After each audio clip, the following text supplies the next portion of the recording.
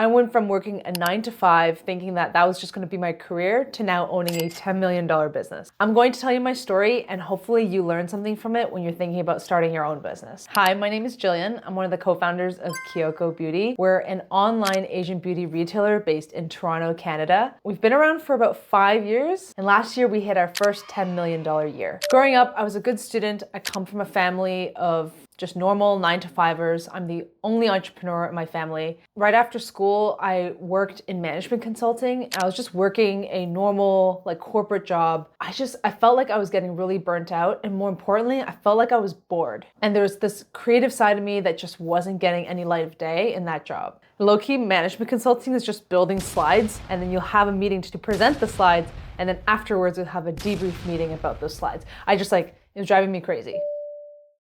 So one day, my friend Kevin reached out to me, and he really liked the art that I was doing on Instagram, because I was also an artist. And he was like, oh, I'm thinking of starting a business. I know a Japanese skincare distributor. Do you want to do the branding for it? And I was like, yeah, sure. I've never done that before. And as we started talking, I was like, oh, I'm a management consultant, right? I think I can do a lot more than branding. Do you want to just do this together? And that's how Kiyoko Beauty was born. It was just a super casual conversation. There was no expectations. There was no big ambitious dreams. It was just let's just do a fun little side project and see where it goes. So we set up a free Shopify store, and then we named it Kiyoko. So Kiyoko is a Japanese girl's name. And in the beginning, because we were really focusing on Japanese cosmetics, it felt good to sort of design this mascot of a Japanese girl that would help you discover Japanese skincare and things like that. So we found a name that means purity, something like that kind of was very innocent and a little bit whimsical and girly, and we chose a name that also just sounded pretty. And then I drew this mascot that looks like this of the Kiyoko girl. We spent the first couple months building out the website, and we also spent about $2,000 of our personal money just to buy some starting inventory, and we started shipping it out of my friend's basement. In the beginning, we couldn't afford very much inventory, so we also ended up just having only 20 products on the site. I made a social account. We started with 0 followers. I was not active on social media at all. So I had no idea what I was doing. I remember I spent the first month or two just following people that I thought were interesting on Instagram, and just hoping that they would follow me back. That's how we gained our first 200 followers. I just followed other people like crazy and put out some pretty uninteresting pieces of content in the beginning. In the early days, it was a lot just learning. We set up an email subscriber list. There was only maybe a couple dozen people on it. We also used to go on Reddit and be oh, I heard of this new store called Kiyoko that's really good for buying Japanese skincare. Just pretending to be a random person. And say in the first little while, it was very slow. We got a couple orders, maybe 3 orders a week, 2 orders a week.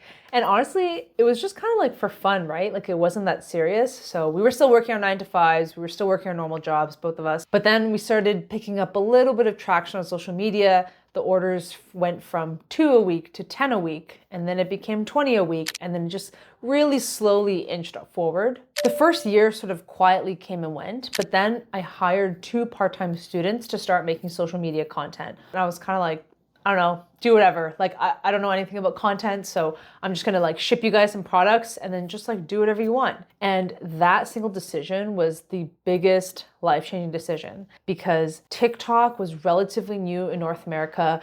This was in 2021, where people were just getting onto TikTok and there weren't that many creators on it yet. I remember this one summer day, our TikTok just blew up. We got 3 million views on this random obscure product. Our website sessions 10x'd the next day. And it just felt like such a strong signal from the universe, this is it, double down on this because this wins. And so from then on, we started taking organic content really seriously. After that big viral moment on TikTok, we also just started getting a lot more sales. We're starting to understand inventory and merchandising decisions, and we started to buy and stock more popular products, especially in Korean skincare. And this is when we started to actually get a little bit of traction. At this point, I would say our revenue was about $300K. In 2024, we moved into our first warehouse. We split the lease with another company, and so it was this tiny little warehouse, but it felt so real to have our first fulfillment center that was out of a basement. That felt like such a pinch me moment because then we had keys to a place that was not just a random house, and we had a little office in the front, and then we had warehouse and shelving and assets in the back. Like, that was such a cool moment for the business, and that's when it really felt like, oh my God, that it's becoming real. But this whole time, like, still kept the 9 to 5. Then the following year, we decided to go all in on organic content, and we made our first 1, 2, 3 full-time hires to support the marketing team, which I lead. That was really cool too, but also very difficult because I was basically managing them while working my 9 to 5 still. I couldn't meet them very often because I had obligations on my 9 to 5. I wanted to make sure that I was still showing up for the people at my day job, but also I had, like, in the evenings and on weekends, I was trying to reply to emails and messages for the people at Kiyoko. People always ask me, why did you guys keep your 9 to 5s for so long? And even though we were at 7 figures, we still kept our 9 to 5s because we wanted to grow more aggressively. And by reinvesting all our profits into the business, we didn't have to raise capital, and we could just keep growing really aggressively. No debt, no external capital. By also reinvesting into the business, it allowed us to think longer term, right? Because I wasn't fussed about making more money in the next month because I don't rely on it to pay my bills or pay my rent. The longer I can hold on to using the 9 to 5 to pay for my personal expenses, the longer I can forego taking salary from the business, which meant more time to reinvest. I feel like I don't hear about that talked about very often, which is the sacrifice of keeping the 9 to 5 and trying to grow your business, but also the benefits of it. It's hard and there's definitely downsides, but there's also a lot of benefits about it. Everyone loves the story of, like, oh, I quit my job, I went all in on the business. But I would challenge that and say for most people, it's more beneficial to have a separate income so you're not relying on the business and killing it before it can even get anywhere because you keep taking cash out of the business to pay yourself. Then in 2025, in January, we moved to our second warehouse, which doubled the size, and we no longer shared it with another business. And I'll never forget, in February, so we moved in January, we had, like, spent all this money moving over the shelving and the inventory, and it was like such a big effort for the whole team to move into this new warehouse in January. My co-founder calls me in February. He's like, we got to move again. And I was like, are you kidding me? He's like, yeah, we just got a shipment and the warehouse was so full that the package had to be put onto the driveway. What had happened was essentially we signed the lease the year before thinking that it was going to be big enough for us. And then in the time that we signed the lease and our actual move-in, our business grew so much more that by the time January rolled around and February came around, we were already at capacity. It's a good problem to have because I feel like if your business is growing that fast, it means that you're doing something right.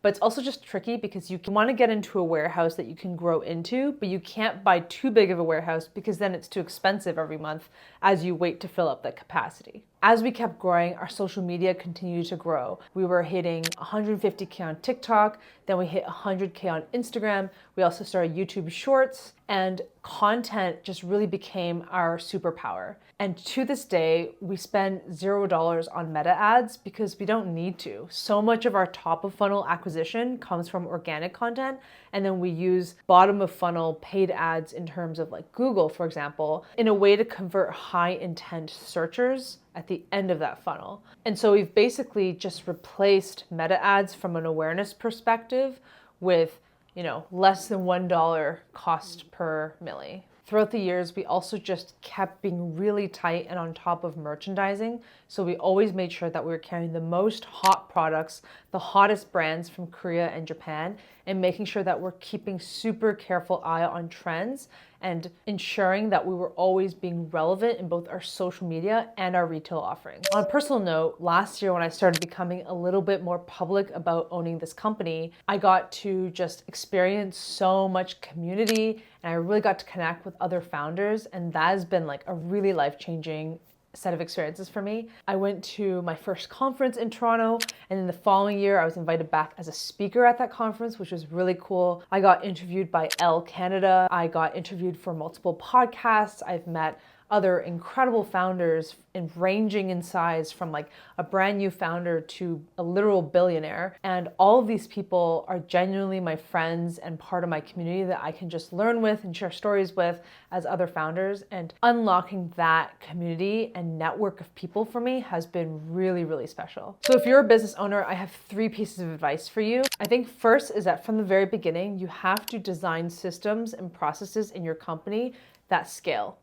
So I see a lot of businesses are really good at going from 0 to 1, but they don't know how to scale from 1 to N. And I think that it's because they're always taking on everything themselves as a founder. They're not delegating, they're not creating systems and SOPs and processes that can scale as the business grows. So I think really investing in that and operating as if you were 10 times your size already will help you a lot in growing that next step. Second is that if you haven't quit your 9 to 5 yet, I would challenge you to hold on a little bit longer if you can and if it's feasible for you, because not taking money from your business really allows it to grow very quickly, especially if you're in a low margin business and every dollar counts. And the third is that organic content should be your superpower. If you can get really good at organic content, you get to build an engine that's basically pumping out evergreen content that lives on the internet forever, talking about you and your business. And the distribution potential of organic content beats out any sort of paid ads that you can do. I'm going to be talking about my business and my journey a lot more on this account. So if you're interested in learning more, subscribe and comment what other things you want me to talk about, and I'm happy to discuss them further.